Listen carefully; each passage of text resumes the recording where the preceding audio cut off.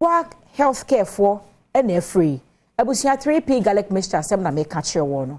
A 100% garlic extract. And a natural plant juice aka ho. Enti ene pebinom. Yade be na wo pe. Wo fache me yade be na wo. Ya pese wutu ase. Kope 3p garlic mixture ne nonom. A immune booster, high blood pressure. Mo afitikro no wo mu ya wo ye nko yie ma wo high sugar level. Wo ho na wo nan no won sa 83 numbness. Asa ne nan no na asa mo bi ni namu na wo nan ne femfem wo misro. Per 3p garlic mixture ne nonom.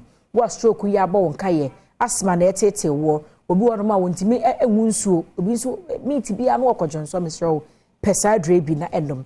Ebuso Kofi Sam, Kenswork, Danny Herbal, Kolinak, Albert Sam, AA Mensa, Greenlight Pharmacy, Ubenya B Ato. Piwak for 0248 928 824 and 0201 000 021 na Piwak for 3p garlic mixture no beji so na wa brodo.